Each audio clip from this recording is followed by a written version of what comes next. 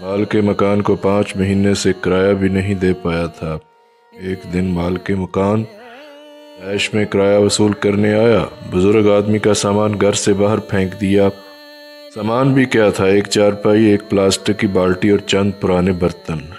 ویرانہ سالی میں مبتلا شخص بیچارگی کی بھرپور تصویر بنے فٹ پاتھ پر بیٹھا تھا۔ احمد آباد شہر کے عام سے محلے کا واقعہ ہے۔ محلے والے مل جل کر مالک کے مکان کے پاس گئے، التجا کی کہ اس بوڑھے آدمی کو واپس گھر میں رہنے کی اجازت دے دیجیے، کیونکہ اس کا کوئی والی وارث نہیں ہے۔ 2 ماہ میں اپنا پورا کرایہ کہیں نہ کہیں سے ادھار پکڑ کر ادا کر دے گا۔ اتفاق یہ ہوا کہ ایک اخبار کا رپورٹر وہاں سے گزر رہا تھا۔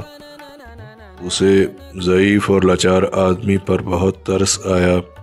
تمام معاملہ کی تصاویر کھینچی۔ ایڈیٹر کے پاس گیا کہ کیسے آج ایک مفلوک الحال بوڑھے شخص کو گھر سے نکالا گیا، اور پھر محلے داروں نے بیچ میں پڑھ کر 2 ماہ کا وقت لے کر دیا۔ ایڈیٹر نے بزرگ شخص کی تصاویر دیکھی تو چونک اٹھا۔ رپورٹر سے پوچھا کہ کیا تم اس شخص کو جانتے ہو؟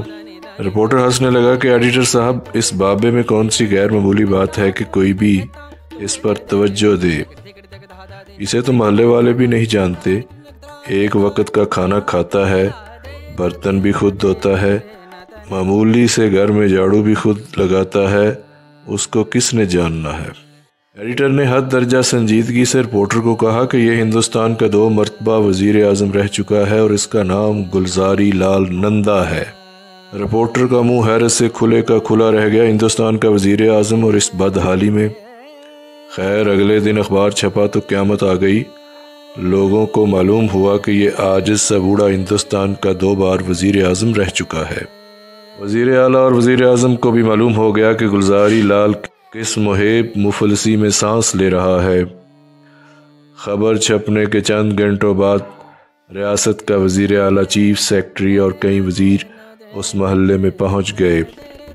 سب نے ہاتھ جوڑ کر کہا کہ آپ کو سرکاری گھر میں منتقل کر دیتے ہیں اور سرکار ماہانہ وظیفہ بھی لگا دیتی ہے۔ خدا را اس معمولی سے مکان کو چھوڑیے، مگر گلزاری لال نے سختی سے انکار کر دیا کہ کسی بھی طرح کی سرکاری سہولت پر اس کا کوئی حق نہیں ہے۔ وہ یہیں اسی کوارٹر میں رہے گا۔ گلزاری لال کے چند رشتہ داروں نے منت سماجت کر کے بہرحال اس بات پر آمادہ کر لیا کہ ہر ماہ 500 روپے کا وظیفہ قبول کر لے۔ سابقہ وزیر اعظم نے حد درجہ مشکل کے بعد یہ پیسے وصول کرنے پر آمادگی ظاہر کی۔ اب اس قلیل سی رقم میں کرایہ کھانا پینا شروع ہو گیا۔ مالک مکان کو جب علم ہوا کہ اس کا کرایہ دار پورے ملک کا وزیر اعظم رہ چکا ہے تو گلزاری لال کے پاس آیا اور پیر پکڑ لیے کہ اسے بالکل معلوم نہیں تھا کہ اس کا کرایہ دار اس اعلیٰ ترین منصب پر فائز رہ چکا ہے۔ بوڑھے شخص نے جواب دیا کہ اسے یہ بتانے کی ضرورت ہی نہیں تھی کہ وہ کون ہے، وہ تو ایک معمولی سا کرایہ دار ہے، اور بس جب تک گلزاری لال زندہ رہا اسی مکان میں رہا اور مرتے دم تک 500 روپے میں گزارا کرتا رہا۔ گلزاری لال نندا حیرت انگیز کردار کا انسان تھا۔ سیالکوٹ میں جولائی 1898 میں پیدا ہوا اور جنوری 1998 میں احمد آباد میں فوت ہو گیا۔ جواہر لال نہرو کے انتقال کے بعد 1964 میں وزیر اعظم رہا اور 1966 میں لال بہادر شاستری کے انتقال کے بعد بھی اس بلند پایہ منصب پر فائز رہا۔ بنیادی طور پر ایف سی کالج لاہور سے اقتصادیات کی تعلیم حاصل کرتا رہا۔ دراصل وہ اقتصادیات کا استاد تھا۔ ممبئی اور احمد آباد کی یونیورسٹیوں میں پڑھاتا رہا۔ سیاست میں آیا تو یونین منسٹر، وزیر خارجہ اور ڈپٹی چیئرمین پلاننگ کمیشن بھی رہا۔ کئی بار لوک سبھا کا ممبر بھی منتخب ہوا۔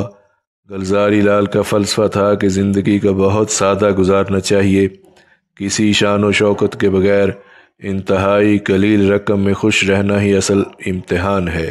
ویسے گلزاری لال سادگی سے بلکہ اسرت میں رہنے کے جو مثال قائم کر گیا اس کے لیے حد درجہ مضبوط کردار کی ضرورت ہے۔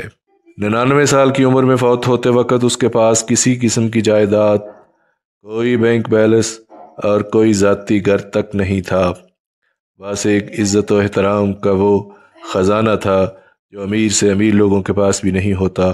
یہ بھی حقیقت ہے کہ ہندوستان میں سیاست میں حد درجہ کرپشن ہے، مگر اس کے باوجود ہمیں بارہا گلزاری لال جیسے کردار مل ہی جاتے ہیں۔